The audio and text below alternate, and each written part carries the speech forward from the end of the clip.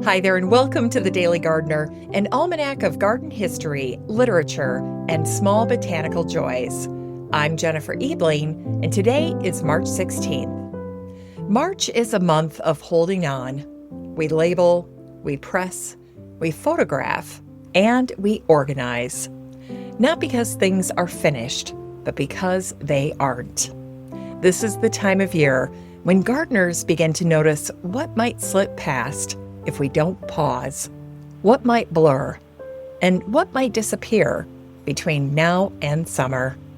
So today, we're spending some time with people who tried to keep something from being lost, sometimes with success, sometimes not, and still they worked. Here's today's garden history. It was on this day in 1799 that the English botanist Anna Atkins was born. Anna worked with things that did not hold their shape for long: seaweeds and algae, specimens that collapsed the moment they were lifted from the water. In Anna's time, botanical knowledge depended on the human hand, drawings, engravings, and careful interpretation. But these kinds of plants resisted that kind of handling. So Anna changed the method. Anna placed specimens directly onto paper prepared with iron salts and then carried them into the sun. Light did the work. The result was cyanotype, a deep Prussian blue, where every vein, frond, and filament registered itself. No embellishment, no correction. And when you look at those pages, you aren't just seeing a drawing of a plant. You're seeing where the actual plant once lay, holding its place against the light. In 1843, Anna began publishing photographs of British algae, cyanotype impressions, and she printed each image by hand. Anna would call the project a rather lengthy performance, and it was.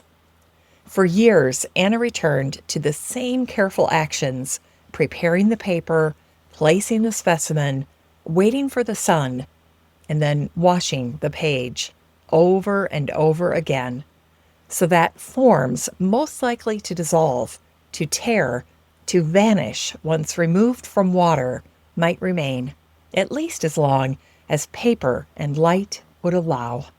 And it was on this day in 1768 that the English botanist John Bradbury was born. John believed preservation required movement. In 1811, John traveled deep into the upper Missouri River region, moving along the river's bends and crossings, collecting what could still be carried: seeds, dormant roots, and live cuttings, thousands of them. Crates were packed, bundles were wrapped, and plants were stored carefully, waiting to cross the Atlantic and take root in European gardens. But time interfered. While John was stranded in America during the War of 1812, fever swept through St. Louis. In warehouses and makeshift holding rooms, entire collections collapsed at once. Heat, illness, delay. Months of travel, years of preparation, gone.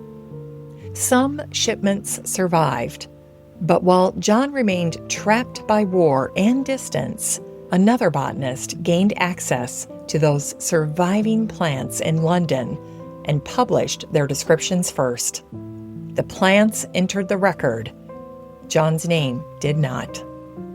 Years later, John would write, "Much credit goes to those who add to our knowledge of plants, little to those who give us the plants themselves." Imagine John there, the river still moving east, crates emptied, labels useless now, the work of years reduced to memory. The plants endured, the record shifted.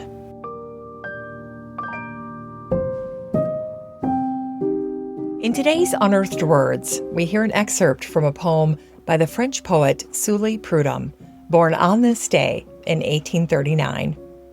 Here's his poem called The Broken Vase. The vase where this verbena's dying was cracked by a lady's fan's soft blow. It must have been the merest grazing. We heard no sound. The fissure grew.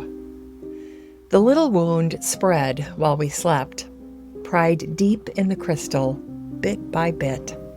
A long, slow-marching line it crept, from spreading base to curving lip. The water oozed out drop by drop, bled from the line we'd not seen etched. The flowers drained out all their sap. The vase is broken, do not touch. The quick, sleek hand of one we love can tap us with a fan's soft blow, and we will break, as surely riven as that cracked vase, and no one knows. The world just sees the hard, curved surface of a vase a lady's fan once grazed, that slowly drips and bleeds with sadness. Do not touch the broken vase. We hear these words in March, before anything is cracked, before the heat, before the weight of summer, before any cut flowers are brought inside and put in a vase.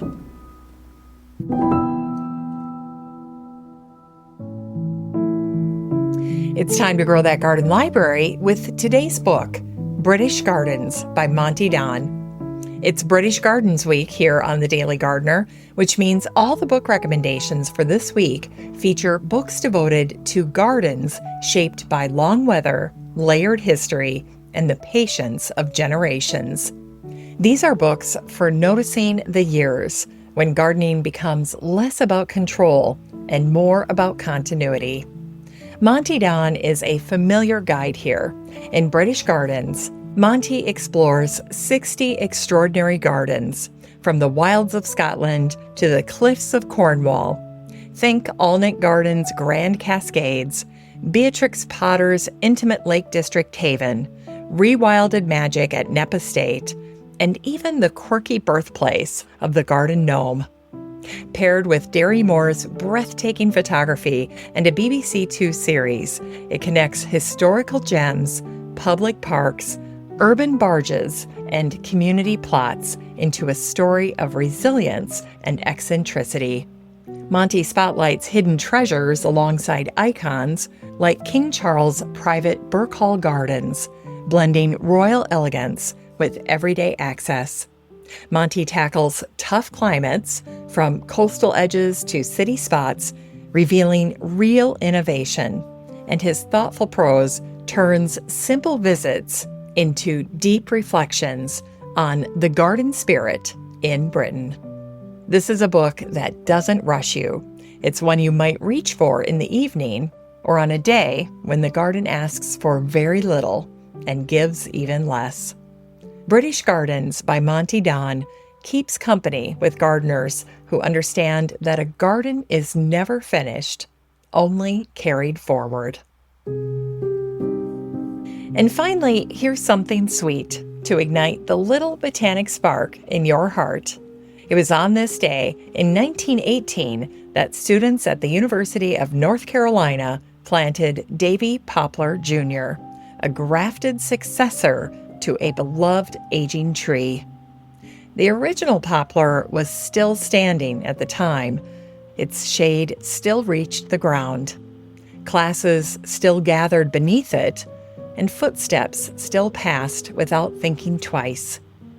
The students planted the young tree nearby while the old one was still alive, close enough to learn the light, close enough to feel the same winds, and close enough to belong.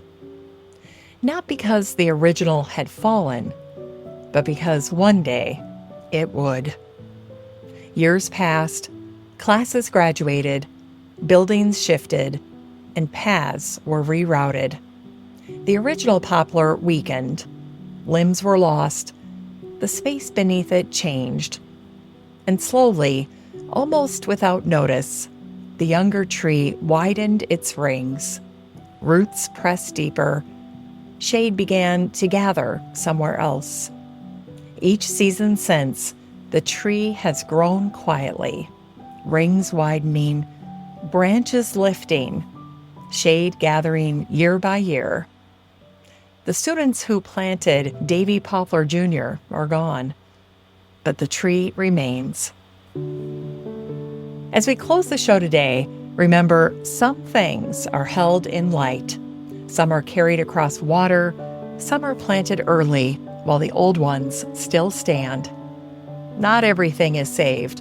Not every name stays attached. But the work continues in paper, in soil, and in shade that gathers slowly, where someone once thought ahead. Thanks for listening to The Daily Gardener. And remember, for a happy, healthy life, garden every day.